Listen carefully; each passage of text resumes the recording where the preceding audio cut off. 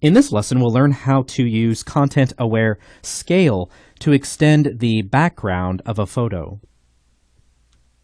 So if you've been watching the lessons up to this point in this course, then you've no doubt learned about some really cool tools that we have that allow you to heal and repair or remove any undesirable elements from a photo. We got a lot of really cool healing tools at our disposal here in Photoshop.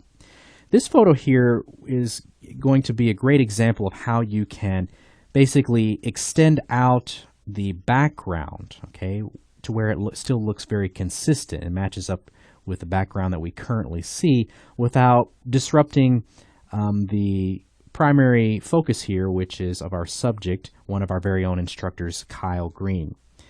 So what I'd like to do first is I'm going to right-click on this background layer, which is of this image, and I'm going to just convert it to a layer instead of a background. I'm doing this because I want to be able to demonstrate a couple of other things here in just a moment, okay? But basically, we can take our crop tool, and let's say we grab the upper left corner here, and we just extend out our canvas a little bit, okay?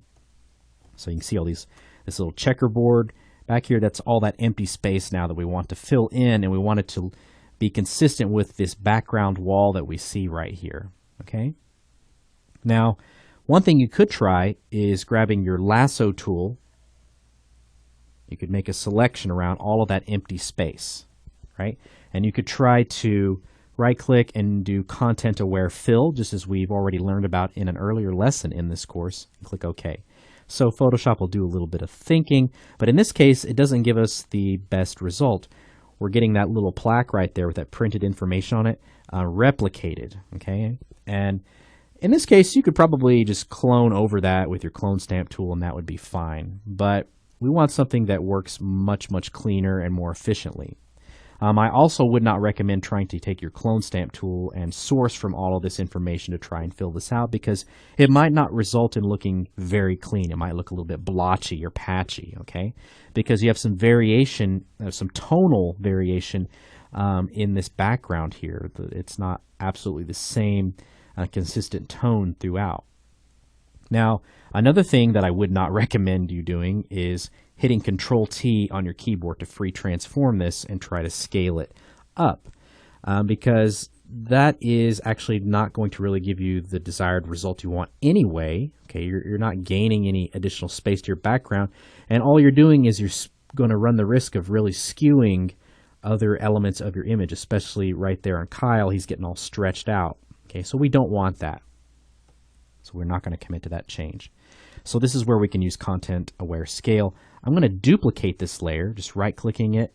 I'm going to choose Duplicate Layer, and I'm doing this so I can make a comparison for when we're done. Okay?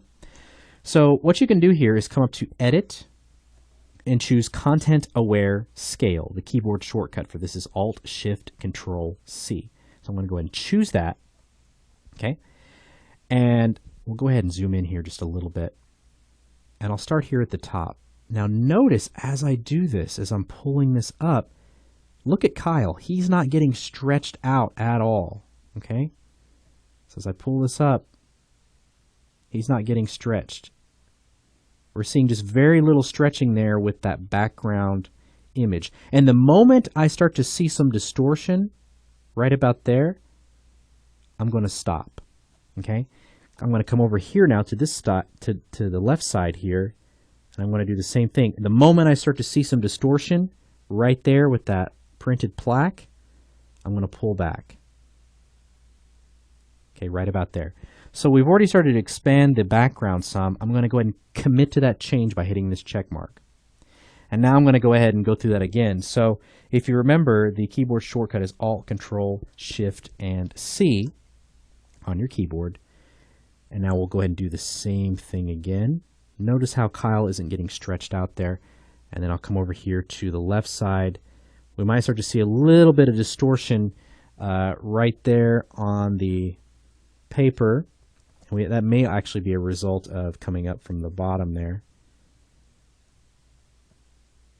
But overall, that actually looks pretty dang good. I just want to go ahead and commit to that change, and I just want to show you a comparison now. So check that out.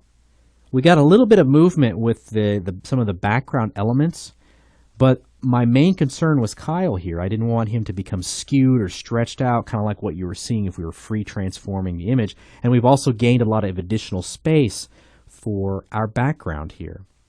So this worked out really nice. We could probably try this a few times to get it just right. We get a little bit of distortion right there with that plaque. But again, we could really continue on at this point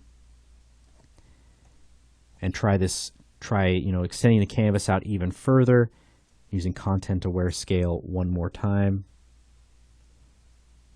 Kind of seeing just how far can we push it. So we got that image right there got moved over just a little bit, but really it didn't really get distorted in a very noticeable way. But again, we gained all this background information. So again, think of if you've got a photo of a model that you've taken of, and you have a background that probably has, kind of a gradient to it or something like that, some tonal variation, and you're wanting to just extend it out. You just want to have some more room to play with. I would recommend using content aware scale, where it'll take all of this empty information here where we don't have any pixels, and it'll basically fill that information in. Okay. So really, really cool stuff. So thank you for watching this course. Again, we've covered some really cool tools. We've talked about the spot healing, the healing brush tool, the patch tool, the content aware move tool, the content aware fill feature. So all of these different tools and features that you can use here in Photoshop to repair parts of an image, if they're distracting elements that are taking away from a photo that you've taken, or if it's a picture of a person that got some little blemishes on their face. Just a lot of different tools that allow you to retouch and heal and repair and really improve the quality of your images so that you don't have those distracting elements. So once again, thank you for watching, and we'll catch you in another course.